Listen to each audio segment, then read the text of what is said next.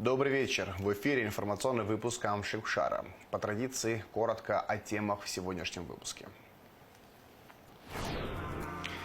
Во всех школах Абхазии прозвучал последний звонок. В этом году в школах республики 1889 выпускников. Вице-президент Беслан Бигвава и премьер-министр Владимир Делба посетили республиканский реабилитационный центр в Гагре.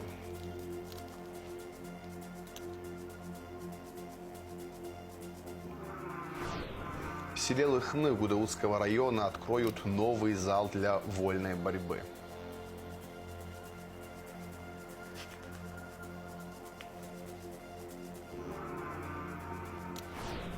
На сцене филармонии ярко завершился гастрольный тур по Абхазии эстрадно-фольклорного ансамбля «Марзакан».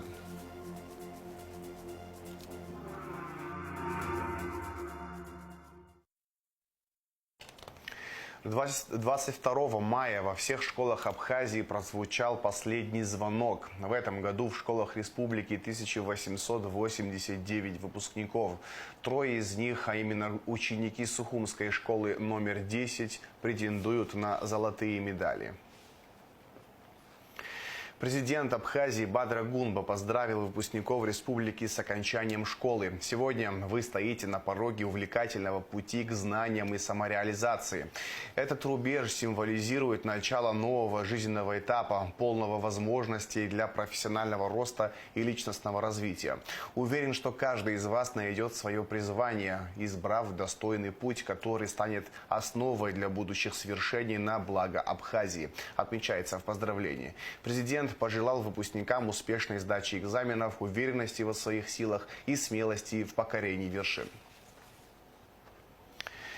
Последний звонок прозвенел для 25 выпускников Гудаутской средней школы номер 1 имени Нестора Лакоба. Торжественную линейку посетил президент Бадра Гунба. Глава государства поздравил выпускников с окончанием школы и пожелал им успехов. Последний звонок в школе – один из самых важных событий в жизни. И все выпускники ждут его с нетерпением. Позади веселые, незабываемые школьные годы, пора детства. Впереди дорога во взрослую и порой нелегкую жизнь. Настает ответственная пора, когда выпускникам придется самостоятельно решать свою дальнейшую судьбу, выбирать свой профессиональный путь. В этот день звучат пожелания как детям, так и их родителям, а также слова благодарности учителям за их важный и ответственный труд.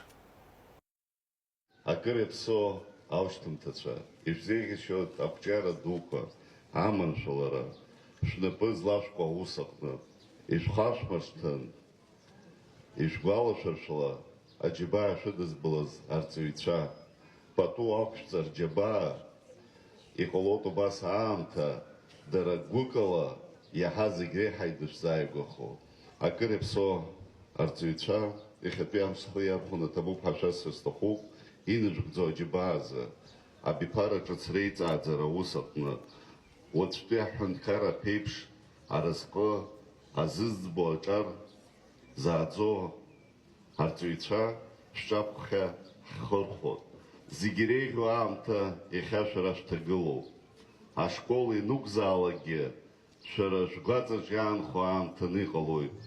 Ишзехи Шестахоп Шизыги, Ахчара Дука, Алцшабзека, Аманшалара, Апепшбзе, Хенткара, Аус, Ахацгалара, Азаган.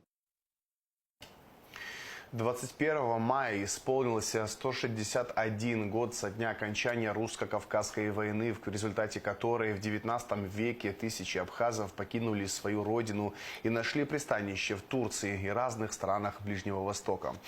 Вечером памятные мероприятия начались с шествия. Молодые люди с абхазскими и адыгскими флагами и факелами направились от площади имени Сергея Багапш к памятнику махаджирам на набережной.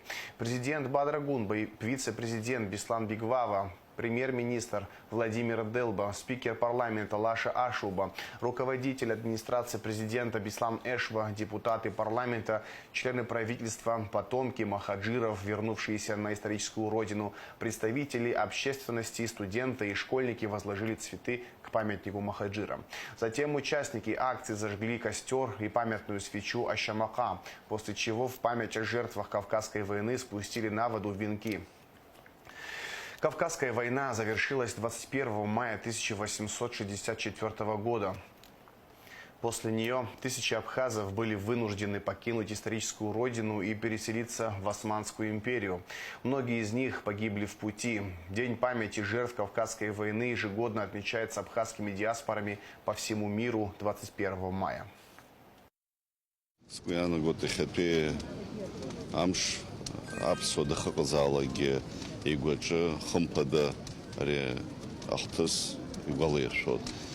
Дахаказалаги, хунткарас, дастунукозалаги, избановзар, ари хара хторухов, хторух дариудую, хажлар, абжи харю, рпсакана, адуне ялаз псыз усуп, ишув дуроевш, харазы, ари рыц каратана год, скуяна год, апсожлар, рпсатанацы, аторых хынзах главашо, ари ахтас хаштраукцам.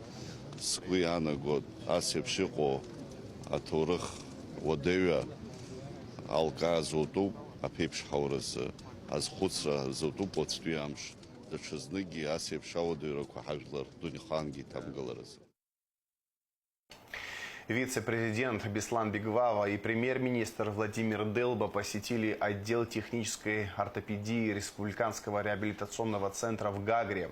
Главврач центра Валерий Авицба рассказал о работе медучреждения, о проблемах, с которыми они сталкиваются при изготовлении протезов. В последние годы из-за санкций возникли трудности с приобретением расходных материалов. Вице-президент и премьер-министр пообещали, что выход из ситуации будет найден. Затем Беслан Бигвава и Владимир Делба пообщались с инвалидами Отечественной войны народа Абхазии, проходящими лечение в реабилитационном центре. Они отметили, что приехали по поручению президента. По словам Владимира Делба, главная задача сегодня – дать возможность инвалидам получать всю необходимую помощь на месте. Поручение дал президент, узнать, что с оборудованием, как вообще происходит процесс лечения. Сейчас мы получим от вас справку, вы нам дадите, посмотрим в этом направлении, где вам как помочь. Следующий этап уже будет, переговорим с арендаторами. Я думаю, в этом направлении, если будем двигаться и друг другу помогать, у нас что-то получится. Здесь очень много разных вопросов, которые надо решать. Социальные, бытовые, медицинские, имущественные, как я слышу. Я так полагаю, что все сразу в один день и за одну встречу, тем более на ногах, мы точно не сможем. Первый шаг надо сделать. Да. Цель нашей встречи сегодня – поручение главы государства приехать, посмотреть все, что от нас зависит по возможности государства, разумеется, поддержать. Самое главное – это здоровье человека. А в нашем случае здоровье инвалида войны – это важнейшая позиция. Врачи – это специалисты, те, на которых мы всегда опираемся. Что нужно в первую очередь, что вам не хватает, чтобы инвалиды не перемещались с этой территории, а получали здесь медицинское исследование. Вот сегодня эта задача. Министр юстиции Анри Барциц принял участие в совещании министров юстиции в рамках 8-го Петербургского международного юридического форума. Совещание прошло под председательством министра юстиции Российской Федерации Константина Чуйченко. В нем приняли участие главы юстиции 24 стран. Анри Барциц выступил с докладом на тему «Цифровая трансформация юстиции. От документа оборота к искусственному интеллекту». Цифровая трансформация в сфере юстиции – это уже не перспектива, а насущная необходимость, диктуемая временем и ожиданиями наших граждан. Мы переходим от традиционного документооборота к более комплексным системам, где главную ключевую роль начинают играть технологии искусственного интеллекта, автоматизация процессов и межгосударственное цифровое взаимодействие. Прошу обратить на это внимание. Особо хочу подчеркнуть важность цифровизации именно в межгосударственном контексте. Как известно, сильный человек действует, а слабый надеется.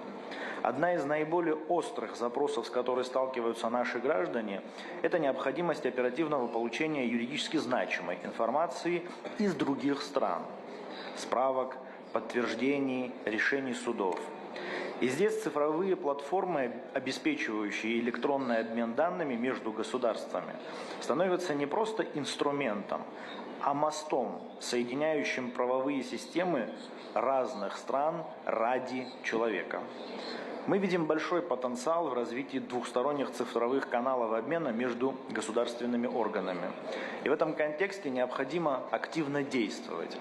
Особенно ценно это для стран, ранее входивших в состав Советского Союза, где у миллионов людей сохранились семейные, правовые и имущественные связи. Для таких государств, как Абхазия, внедрение межгосударственного электронного взаимодействия позволит гражданам получить нужные документы из других стран без необходимости личного присутствия, долгих запросов и бюрократизации. Представляется важным создание единых цифровых стандартов обмена правовой информации, разработать унифицированные протоколы, обеспечить юридическую значимость цифровых документов в разных юрисдикциях.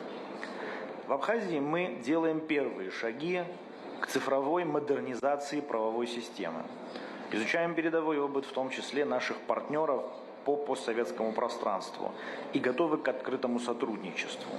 Цель, господа, у нас общая – сделать юстицию ближе к человеку, независимо от границ и расстояний. Ну и закончить я хочу уже традиционно словами мудреца и философа Фазиля Абдуловича Искандер. Нет человечности без преодоления подлости, и нет подлости без преодоления человечности.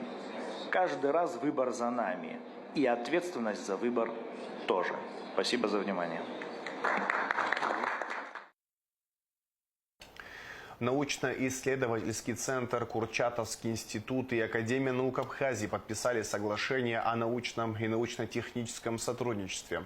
Это совместно подготовленный и согласованный проект, который готовился больше года. Подписание документа состоялось в рамках важного для российско-абхазского научного сотрудничества совещания «Медицинская приматология. От советского наследия к технологическому обеспечению биоэкономики». Развитие тесного сотрудничества в сфере природоподобных технологий, исследований области теоретической физики, ядерной физики и ядерной медицины, а также в области социогуманитарных наук. Основные цели соглашения. Планируется финансирование совместных научных и инновационных проектов, а также учреждений в Республике Абхазия филиала Курчатовского института. Он весьма гармонично вписывается в контекст союзнических отношений России и Абхазии, особенно учитывая недавние, весьма продуктивные, на мой взгляд, встречи наших президентов России и Абхазии. Соглашение станет основой взаимовыгодного сотрудничества между Академией наук Абхазии, ее институтами и известным во всем мире национальным исследовательским центром Курчатовским институтом. Повторюсь, повторяю, документ очень значим для развития науки в Абхазии. Он открывает для нас новые возможности в разных областях и направлениях. Эти области и направления прописаны в тексте соглашения. Я искренне благодарен глубоковажаемому Михаилу Валентиновичу Ковальчуку, который, собственно, и предложил идею договорных отношений между нашими организациями. Также благодарю всех тех, которые непосредственно работали над текстом соглашения. Конечно же, желаю каждой статьи текста нашего соглашения успешной реализации на благо науки и в Абхазии, и в России. Надо понимать, что это независимое другое государство, Абхазия.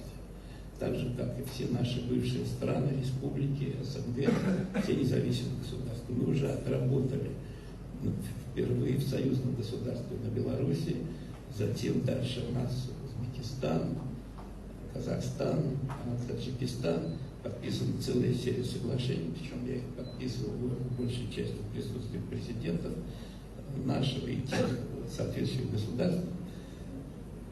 Это очень важно, потому что мы выработали систему. Например, в Беларуси было создано, что первое, мы утвердили стратегию, она утверждена союзным государством, двумя президентами, стратегию научно-технологического развития союзного государства. Раз. В данном случае мы тоже начали готовить программу сотрудничества двухстороннего Абхазии и России, да, через Курчатский институт Академии наук Абхазии. Вторая вещь, самый простой путь взаимодействия – это открытие филиала. Мы открыли уже десятки филиалов и по стране, и в частности в зарубежных государствах. Это значительно упрощает взаимодействие, потому что, открывая филиал, мы получаем возможность перевода туда денег, как свою структуру, и взятие на работу сотрудников, соответствующих людей, которые работают там. Директор Центрального выставочного зала Эльвира Арсалия представляет Абхазию на международном форуме «Интермузей-2025». Она выступила в качестве спикера в открытой дискуссии «Просвещать и вовлекать», как и о чем разговаривают разные музеи с посетителями, где поделилась опытом своей деятельности в области культурно-просветительских проектов. Дискуссия с участием руководителей музеев из разных стран прошла 22 мая в Третьяковской галерее. Интермузей пользуется большой популярностью. В этом году форум собрал представителей из 29 стран. На него приехали 4500 человек из самых разных государств и регионов России. В селе Лыхны Гудаутского района приступили к строительству нового зала для вольной борьбы. В минувшие выходные президент в ходе своей поездки дал соответствующие указания. Специалисты обещают закончить все работы к 1 сентября. Шазина Ханагу расскажет подробнее. В селе Лыхны Гудаутского района откроют новый зал для вольной борьбы. Такое решение было принято в ходе поездки главы государства Бадры Гунба в район 18 мая текущего месяца. Уже 22 числа начались работы по расчистке выбранного помещения. Зал разместят в здании администрации села Лыхны. Сейчас идет расчистка всех помещений комплекса от мусора, демонтаж непригодных деревянных перекрытий, очистка стен. В ходе инспекционной поездки по Гудаутскому району президентом Бадрой Зурабовичем Гунба была поставлена задача в срок до 1 сентября текущего года провести работы по капитальному ремонту помещения, предназначенного для секции борьбы. Также было дано поручение по приведению в соответствие фасада исторического здания, а также полной замене всех оконных и дверных проемов. На текущий момент управление приступило к проведению капитального ремонта. Ведутся работы по полной уборке территорий и помещений администрации. Составляется график производства работ для того, чтобы осуществить и выполнить все поручения в срок. Потребность в зале весьма большая, отмечает тренер Нарчоу Лазба. И дети, и тренеры ждут открытия зала с нетерпением. В случае большого наплыва юных спортсменов тренеры готовы работать в 2 смены. Село очень большое, много людей, желающих, родителей обращаются к нам. И мы приняли решение обратиться к президенту. Президент своевременно сделал все, что необходимо, все указания сдал. На сегодняшний день уже проводятся мероприятия по очистке и начинается в ближайшее время строительство нашего зала. Реакция была очень оперативная. Мы встретились один раз, и на месте президент принял решение, что залу быть, мы этому очень рады. Большое спасибо главе государства нашего, очень оперативно среагировал. Конечно, мы рады этому. И, соответственно, здесь очень много будет детей, И я думаю, до 100 человек, если надо будет, мы будем работать в 2 смены. Главное, чтобы дети были чем-то заняты, молодежь наша росла, и отвлечь от улицы, от всяких нехороших тем. Будем воспитывать молодежь в наших традициях вольной борьбы. Здание администрации входит в комплекс Лыхнашта, который на протяжении всей истории нашей Родины играл особую роль. Все этапы строительства будут согласованы с профильными структурами. В частности, первичные консультации уже проведены с Управлением историко-культурного наследия. На территории этого комплекса памятников историко-культурного назначения действительно проходили важные, исторически значимые для нашей страны события. И поэтому данный объект большого историко-культурного комплекса Лыхнашта ценен, объемы этого здания, они, конечно же, интересны. Мы в постоянном контакте со строительными, и все этапы работ согласованы и в точности, в общем-то говоря, проводятся. В планах у жителей Лыхны и открытие секции по занятию боксом. Сейчас этой возможности спортсмены лишены. На помощь пришел депутат парламента Аслан Лакоба, который предоставит боксерский ринг. Таким образом, в новом зале будут обучать как вольной борьбе, так и боксу. Хотелось бы, отметить тоже, что наши близкие друзья подарили боксерский ринг.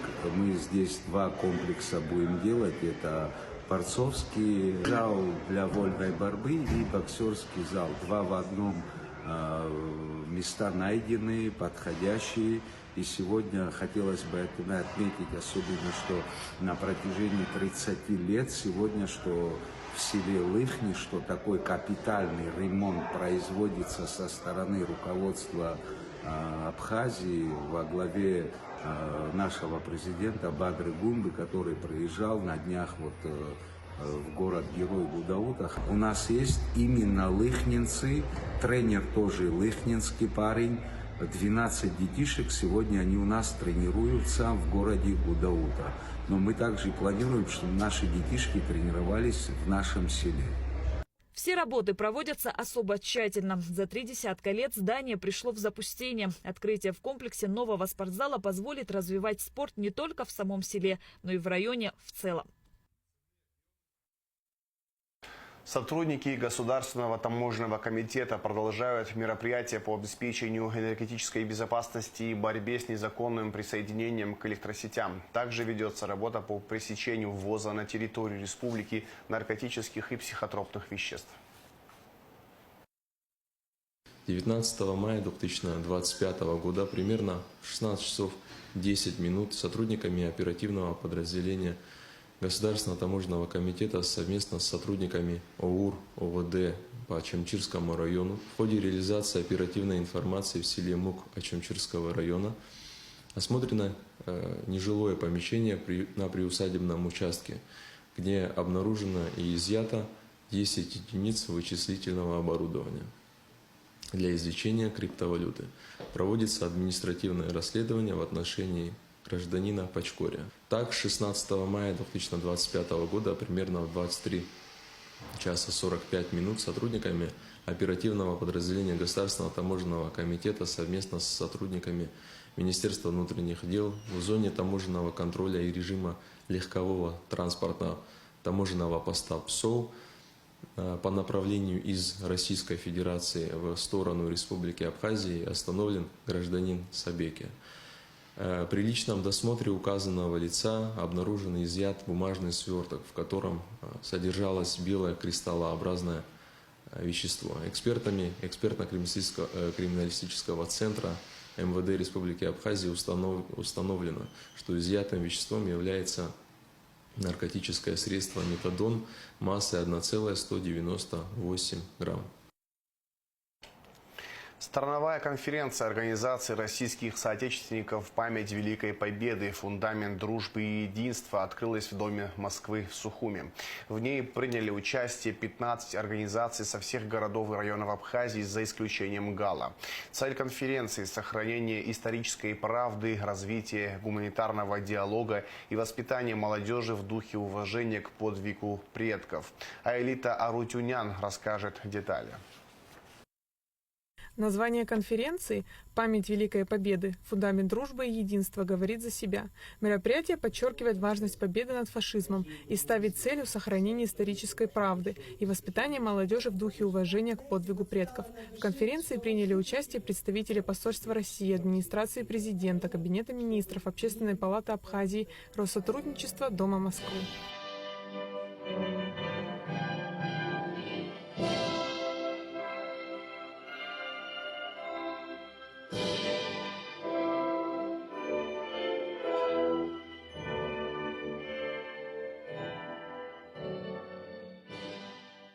Открыл конференцию посол России в Абхазии Михаил Шургалин. Он зачитал поздравления секретаря правительственной комиссии по делам соотечественников за рубежом Геннадия Овечко. Важно, что эта встреча еще один шаг к объединению наших усилий в сбережении исторической правды, развитии гуманитарного диалога и воспитании молодежи в духе уважения к подвигу предков.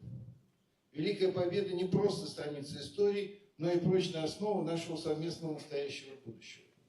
Мы, наследники победителей в Великой Отечественной войне, ответственны за сохранение преемственности поколений и противостояние попыткам исказить итоги Второй мировой войны. Российские соотечественники Абхазии вносят значительный вклад в дело укрепления взаимопонимания и сотрудничества между нашими странами. Вы реализуете множество проектов, значимых для продвижения русского языка и культуры, укоренения традиционных духовно-нравственных ценностей.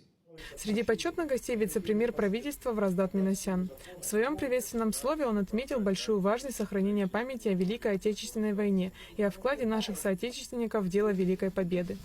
Сегодня мы собрались, чтобы отдать дань памяти героическому подвигу, который стал символом мужества, стойкости и несгибаемой воли к свободе. Великая Победа – это не просто историческая дата, это священная память, которая живет в сердцах каждого из нас, передается из поколения в поколение, является нравственным ориентиром для будущего. Абхазский народ внес достойный вклад в дело победы. Наши отцы и деды сражались плечом к плечу с народами Советского Союза, проявляя героизм на полях сражений и самоотверженность в тылу. Сегодня, когда мир сталкивается с новыми вызовами и потрясениями, мы особенно ясно осознаем, память о победе объединяет. Сергей Шамба, глава политической партии «Единая Абхазия», поблагодарил Россотрудничество и Российскую Федерацию за проведенные мероприятия в преддверии праздника Великой Победы. Он подчеркнул, что мероприятия в честь 9 мая напоминают молодежи о подвиге ценою в жизнь. Это восстановление памятников, относящиеся к периоду Великой Отечественной войны, и другие мероприятия. Конечно, дружба и братство, которые скреплены кровью, они более прочные и вечные. Молодежь должна все-таки знать, вот время проходит, и, конечно, многие такие вещи забываются. И именно поэтому те мероприятия, которые проводились, и тот же «Вечный огонь», который распространяли по районам, и другие мероприятия, они как раз нацелены на то, чтобы молодежь не забывала о тех трагических и героических страницах нашего прошлого. Владимир Куликов, руководитель Россотрудничества в Абхазии, рассказал присутствующим о различных мероприятиях по поддержке соотечественников, которые проводятся представительством. В прошлом году мы, как представительство, поддержали проведение 6 мероприятий различной направленности и с довольно широкой географической разметкой. В этом году по линии ПКДСР мы также поддержали проведение историко-музыкального мероприятия, посвященного 185-летию со дня рождения Чайковского, которое, на наш взгляд, прошло достаточно успешно. Что нас очень радует, становится традиционным проведение мероприятий в рамках празднования Дня русского языка и Дня народного единства. Председатель КСОРС Олег Юрченко зачитал отчетный доклад. В нем он обозначил достижения и рассказал о проделанной работе. Во-первых, мы провели 7 новогодних елок, новогодних утренников для детей-соотечественников в 6 городах страны. Восстановили несколько памятников. Село Царча, село Кутол, село Виада-Бардяб и город Гудаута. Я сейчас говорю именно об отчетном периоде от конференции до конференции. То есть прошел год, и вот у нас 17 мая прошлого года была конференция, сегодня 22 мая. За этот год было сделано восстановлены 4 памятниками силами соотечественников.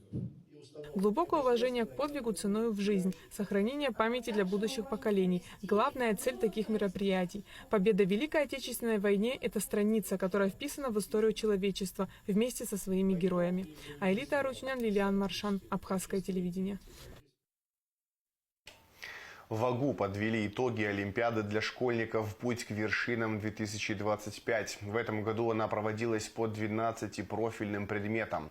Всего в Олимпиаде приняли участие более 450 человек. Победителями стали 26 выпускников, 15 серебряными призерами, 12 бронзовыми. 89 абитуриентов показали хорошие знания по профильным предметам и рекомендованы к зачислению на соответствующие направления подготовки. На сцене филармонии ярко завершился гастрольный тур по Абхазии эстрадно-фольклорного ансамбля «Мырзакан». Концерты коллектива, пропитанные духом древних традиций и современным звучанием, с успехом прошли в городах и районах страны. С солистами ансамбля «Мырзакан» выступили и приглашенные артисты абхазской эстрады. Репортаж Гундышова. Молодой ансамбль «Мырзакан», но уже всем полюбившийся, был создан в 2024 году по инициативе Ираклия Джумутия. Практически все артисты ансамбля – выпускники Государственного училища культуры и музучилища имени Чичпа. Помимо народного творчества в коллективе представлена абхазская эстрада. Гастрольный тур по республике стал ярким событием в культурной жизни, собрав поклонников и укрепив позиции ансамбля как одного из ведущих коллективов в своем жанре. Наш гастрольный тур проходил во всех городах Республики Абхазия. Мы везде были очень тепло приняты с нашей программой. Это специально поставленная программа на наш гастрольный тур. В основном программа состоит из танцев народов Кавказа, песен народных, а также еще и эстрадных песен. В основном 90% это все на абхазском языке. Абхерца, Аюма, Аджерпан, солисты ансамбля «Мырзакан» играют на этих и многих других абхазских народных инструментах, а их номера посвящены любимой Апсне. Здесь собрались талантливые танцоры, инструменталисты, в общем артисты по разным музыкальным направлениям со всего Галского района. В таком коллективе выступать большая честь, конечно же, потому что ребята просто все, они очень талантливые, и выступать с этими ребятами на одной сцене – это просто большая честь. От концерта просто безупречные эмоции, хотя это всегда так. Сегодня у нас было 18 номеров, из них несколько народные танцы, а также эстрадные композиции. Турне стало настоящим праздником для ценителей национального искусства. Зрители разных возрастов с восторгом принимали каждый номер программы, будь то зажигательные танцы, проникновенные песни или виртуозное исполнение инструментальных композиций. Я танцами занимаюсь уже 15 лет. Для меня танцы – это, можно сказать, все. Я всегда нахожусь в зале, всегда занимаюсь. В основном у меня нет свободного времени, я всегда нахожусь в зале. Конечно, мы друг друга считаем семьей, потому что находимся постоянно вместе. Мы как одна целая. Особый колорит завершающему концерту придало участие приглашенных звезд абхазской эстрады. Их совместные выступления с ансамблем «Мырзакан» стали ярким примером творческого сотрудничества и взаимообогащения. Знакомые голоса и новые аранжировки любимых песен вызвали бурю оваций в зрительном зале.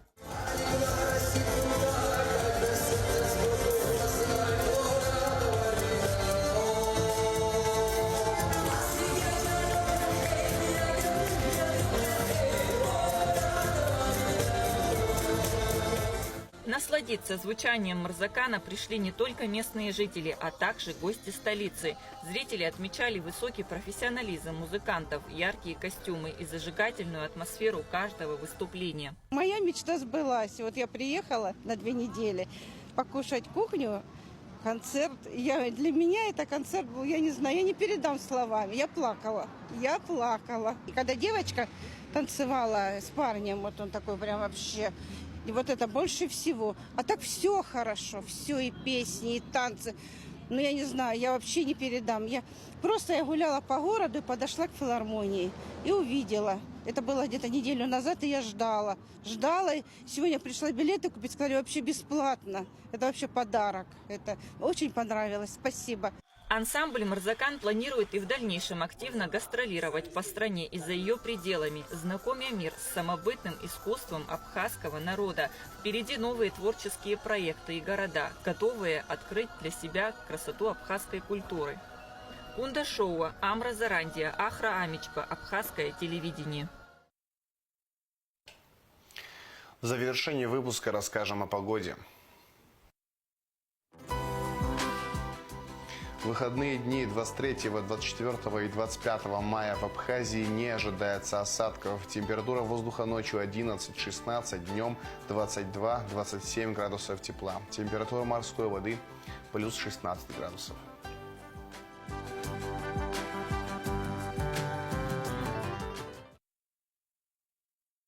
На этом информационный выпуск Амшекшара подошел к концу. Всего хорошего. До свидания.